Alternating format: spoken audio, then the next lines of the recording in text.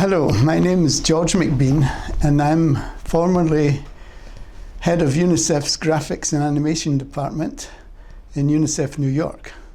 For the last 40 years I've been working on visual communications for the United Nations, and every year I give a talk at Dundee University now in my retirement to the animation and illustration students that are taking on the skills to face the future. So normally I talk about my own work in the past.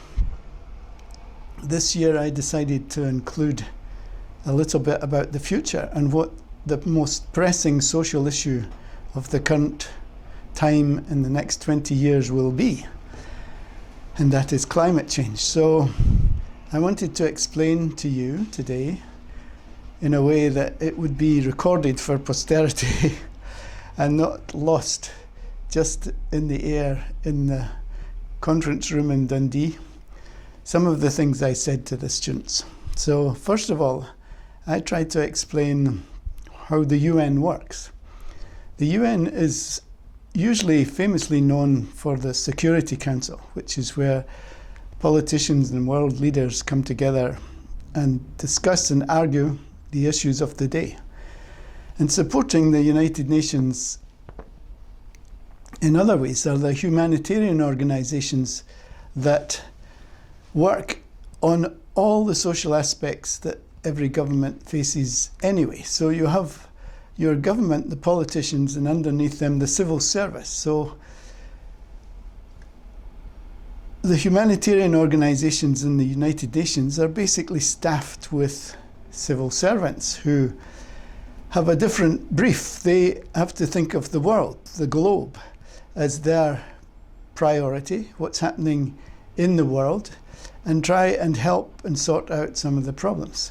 So in, for example, a UNICEF country office, UNICEF will work with the government on the 10 most pressing issues for 5 years in a country, and they will go through whatever these issues are connected with children. They will score off, hopefully, after 4 or 5 years, the one issue that was the most dangerous for children and their mothers, killing most children, or the issue that was most pressing, education of girls. The list is endless. And so it looks to the public like there is always problems. There is a list of 10 things that we have to deal with. But people tend to forget what we've managed to score off the top of the list. In my time in UNICEF, the most pressing illness, the most dangerous illness for children was diarrhea-related illness. And in Nepal, where I worked for 7 years, it was the most dangerous place in the world for a mother to have a child. More, in some districts, some 360 children per 1,000 live births would die. And the mortality rate for mothers was high also. And basically, it was a problem that was caused by hygiene and sanitation issues, dirty water, and it was trying to be tackled on that level also. But when mothers did have a child with diarrhea, there were only 600 doctors in Nepal for them to go and find, and they were mostly stationed in the town. And so in the hills, some 400,000 faith healers were used by mothers to try and cure a child with diarrhea. Now at that time, one of the reasons the infant mortality rate was so high was because local faith healers were advising mothers to hold back water. They were telling the mothers if you didn't put anything in the mouth, nothing would come out the other end. There was a logic in their descriptions, but as a result, most children were dying basically of thirst. And so in Bangladesh, UNICEF had discovered a local cure that was accidentally found by Bangladeshi doctors, that instead of giving intravenous rehydration in a cholera outbreak, they were handing out sachets to the public so that they could quicken the time that they could be in the queue for drips to cure their cholera. And in some cases, the people thought they were being handed a drink, so they took the drink. And some people who had been near collapse, after drinking this saline, very, very concentrated drink, were walking home feeling better. And so the doctors decided to look into this, if there could be an oral rehydration solution that's made, something that could be taken orally, but in a drink, instead of putting people on drips. And they refined this. Medical science was very quickly on the case, and it began to spread. But at that time, only less than 8% of people in Nepal knew about oral rehydration solution. And so UNICEF took on a communication challenge to try and reach the public and explain about oral rehydration solution. This was a complicated issue, but within 4 years, UNICEF's work, which is fairly well documented, and a communication project that featured many visual aids, including animation, was used to reach 96% of the population to inform them that by giving children oral rehydration, they could save the children's lives. It took some years to show up within the health system's data, but it's now estimated that over the period of 4 years, over half, 52% of children in Nepal were saved. This was the type of priorities we had in the 1980s. And now, through climate change, we are beginning to see that the masses of children that survived are now finding their children and grandchildren at risk from so many people being on the planet basically at once. And this needs a more detailed explanation, which I want to give you also. The complex issue of climate change has been at the back burner of the United Nations for many years, but it was given different names. It was given population explosion. It was given many things to do with food production were considered to be at risk because of the numbers of children that were coming on. But UNICEF discovered through the work of James Grant, who was the executive director at that time, that countries were not able to reduce the population growth without first ensuring that children survived. And so UNICEF's efforts over the 80s and 90s, it was called a child survival revolution because we had the knowledge at that time to help more mothers save the children that they were giving birth to. In the first 5 years, so many were dying of preventable illness. It wasn't a medical problem, it was a communication problem to be able to help mothers understand why their children were dying so that they can do something about it. So in the following years, as the populations began to rise, the mathematics was calculated that we were now about to embrace a doubling of the world's population for the last time.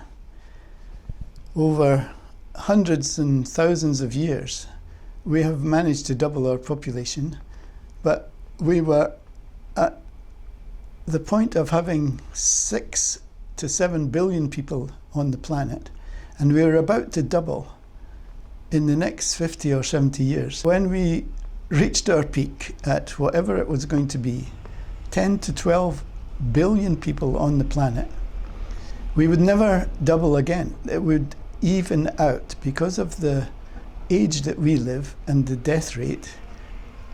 Human beings were not going to grow any larger in size. This point seems to have been missed in most of the things that are passed out about population increase. People just fear it's going to go on and on forever. It's not. So for years in the UN, the civil service has known that this next 60, 70 years would be the most difficult. And how we got through this would determine our very existence. We have a finite amount of resources to live our lives in the lifestyle that we have. So I want to just tell you a story that we used to tell in villages in Nepal, because in villages in Nepal there was problems with overpopulation and the resources that they had to feed the people that were there, the water that was there to give them to drink. And we had an illustrative diagram to show basically two ducks in the pond. So two ducks were sitting in the pond, and the next day there were 4 ducks. They had babies. And the next day there was 8 ducks. And the next day there was 16 ducks. And this went on for a long time until we posed the question to the villagers. We said, when is the pond full? And when they looked at the diagrams, they understood that it was full the day after it was half full. And this illustration was very useful to explain the very point that we are at just now with global population increase. The pond looks reasonable, not state of panic when it's half full. We now have to look on this planet in the same way as we looked on a village, that it's a structural problem. It's a construction of an environment which can be sustainable that we have. So however much is talked about climate change, the blueprints and the visual communication aspect of explaining what we have to do still remains a challenge. And I know for a fact that there are colleagues in the United Nations from many different disciplines who at this moment are talking to fellow doctors, fellow teachers, economists, and trying to explain this urgency for a blueprint, a communications strategy that everyone can contribute towards and understand. And so when I speak to animation students, I'm basically just speaking to my people, that they have the skills to help explain how things work, the ability to explain everything at every single level in the communications challenge to the public that surrounds them. Now, whatever work you do to earn a living, you are either contributing to the problem of carbon emissions, or you are trying to, in some way, tackle it. And even the aspects of your own life at home have to be looked through this focus now. The end of my talks, I usually leave quite a lot of time for questions from the students. And one of the most common questions from the lectures is, what can young people do? And I keep reminding them of the 2 ducks in the pond story, that they must use all the wealth of knowledge and understanding that we've gathered in the past. But remember that none of that wisdom was created for the problem that we're facing today. They are in a unique position in history, and everybody that's around them that's made contribution to the state that we're in has done it mostly from a nostalgic point of view, that young people must try and resist the older generation's addiction to nostalgia, that the things that we used to do, the things that we've lost, the borders that once were, these are all historic facts now, but in face of the existential threat, they become less important to dealing with the problem. And so young people have a role to play in stamping out their own information and sharing across the globe in real time what's happening just now, because we have this capacity, remarkably, at this age where we are growing into the largest number of people on the planet, we have a capacity to see what everyone else in the world is doing in real time. And that's a remarkable achievement for if you look back and you give credit to all the thinking minds that have brought us to this point. But unless we use that capacity, if we just get steeped in nostalgia, we will lose the opportunity here to look and respond and see how people are dealing with things right now, and using that information rather than looking back into the past about how we used to deal with it. If you're an animation student, when you step forward, you should be thinking about what you're contributing to. And I said that also you have to have persuaders like yourselves to work on what's gloriously obvious, which is survival. Try and understand the motive behind what people ask you to do. People will fight till the end. The last people that we should really include in our communication strategy are those that are determined and have money at the moment to keep things the way they are. They will fight till the end.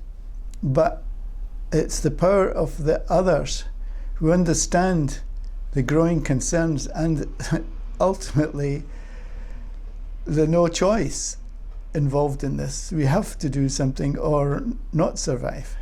It's those that will gather momentum. So by the year 2040, Extinction Rebellion will either be in full flow with riots and police and people trying to control it, or it will be a persuasive process that is gaining ground and bringing the world together in a way that ignores the national concerns, at least for a time, and sees them as a distraction from what is really on our plate. So, thank you.